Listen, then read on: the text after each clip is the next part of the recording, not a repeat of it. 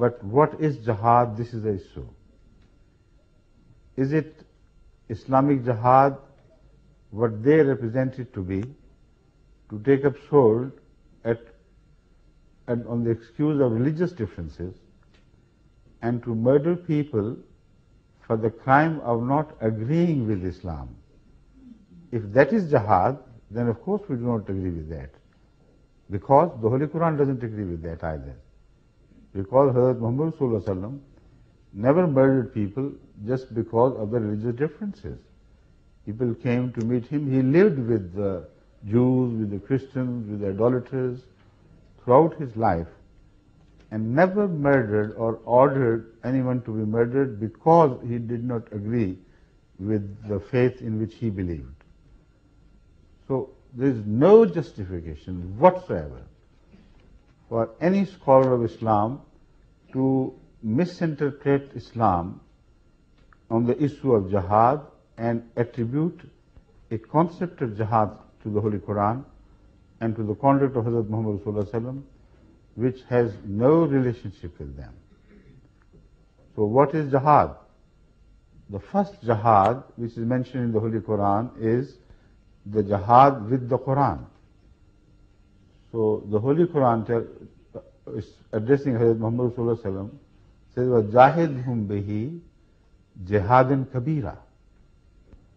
With this book, strive against them with the help of this book. The great striving. So the greatest jihad of every Muslim is to strive for the victory of Islam with whatever lies in his capacity, by way of the Quranic teachings or by way of an example, beautiful example set before the people, by acting upon the Quranic teaching. This is the most wonderful jihad that one can think of, and this is Islamic Jihad. Number two, the second jihad mentioned in the Holy Quran and also in Hadith is jihad against your own evil dispositions, your evil inclinations, etc.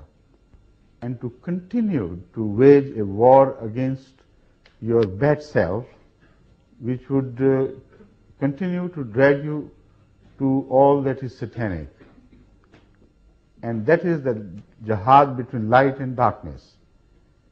And that jihad begins within a man individually and within a woman. By the word man, I mean both man and woman.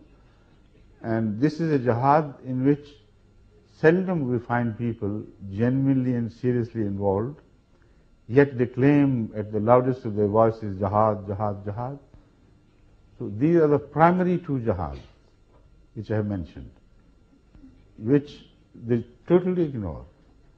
The third in order comes jihad with sword. And what is that jihad? Can a fight with sword or bullets or guns be called holy? And if so, in what context? The Holy Quran is so clear on that there is no room for any ambiguity left if you read the Quran with due care and attention and honesty, of course. I have been quoting so often the fundamental verse concerning this jihad, the third type of jihad, which can be carried out with sword. By sword I mean all weapons. And this is found in a verse in Surah Al-Hajj. This is the first verse found in the Holy Quran which speaks of a permission to wage a war against those which those I'm going to explain now. Not against those who disagree with your faith. Not against those who, having heard your message, reject it. Not at all. The words, when you hear, you'll be surprised how they could be misinterpreted by anyone. أذن أعوذ بالله من الشيطان الرجيم بسم الله الرحمن الرحيم أذن للذين يقاتلون بأنهم ظلموا وإن الله على نصرهم لقدير. Uzina lillazina. Permission is granted to those against whom the sword is already raised. Yuqataluna. Any Arab can understand the meaning. No one can fail to understand the import of this verse, because simple injunction is simple injunction expressed in simplest terms. The raising of sword, the fighting, is permitted to those against whom the swords have already been raised. First condition. بِأَنَّهُمْ ظُلِمُوا. Despite the fact that they have not committed any crime. They have given no cause of offense to anyone. But it is not over yet. وَإِنَّ اللَّهَ عَلَى نَصْرِهِمْ لَقَدِيرٌ. Verily, God has full power to help such people when they raise sword under the permission of God. Now, this is also a very significant part of this verse and also of jihad, because the scenario presented to us is that of a very weak people. So weak and apparently defenseless that any Tom, Dick and Harry begins to raise sword against them and trample upon their rights, despite the fact that they had not given anybody a genuine cause of offense. So the Holy Quran is so wonderful when it says, we are permitting you and we take the responsibility. That if you use this permission, you will find God at your back. However weak you may be, when we grant permission, we are responsible that you will emerge victorious. This is exactly the promise made. Inna Allah ala nasrahim laqadir. To help them to victory is a small thing for Allah. He is capable of doing whenever He so decides. But the story of their persecution still continues, runs on. It says, Allazina ukhriju min diyarihim bighayri haqqin. Such innocent people against whom the atrocities have been committed, even to the extent they were turned out of their homes, out of their country, out of their birthplaces. بِغَيْرِ حَقٍّ. Without any right of the people who turned them out.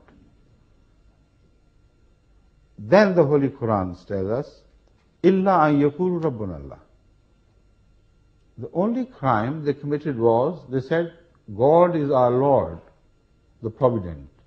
Allah Rabbuna. And this is the only claim they made which annoyed the opponents to a degree that they started committing all sorts of cruelties against them. And they are not yet satiated, they are not satisfied. Having turned them out of their homes, they are still after them. Now this is in a sort of prophecy, in fact. It says, you have come to Medina, you have been turned out of your homes, but the war is not over against you. The sword will yet be raised. And this time, if they come pursuing you, we permit you to fight back. This was indeed a prophecy of what happened at Badr. And the promise of Allah was kept so beautifully.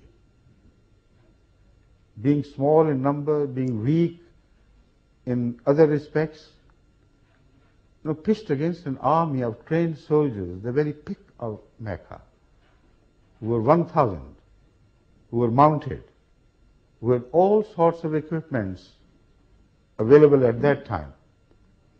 And this small number of 313, who also included among them some lame people, some old people, some young boys who had not yet reached maturity. And the promise is so positive, so clear. This time, let them come. This time, if they wage a war, we have permitted you. And we are capable of defeating them. So, God is with you, don't care. And then the principle of jihad is mentioned. If these ulama who cry out jihad, jihad, for political ends, if they read this verse, it's impossible for them to misrepresent Islam anymore.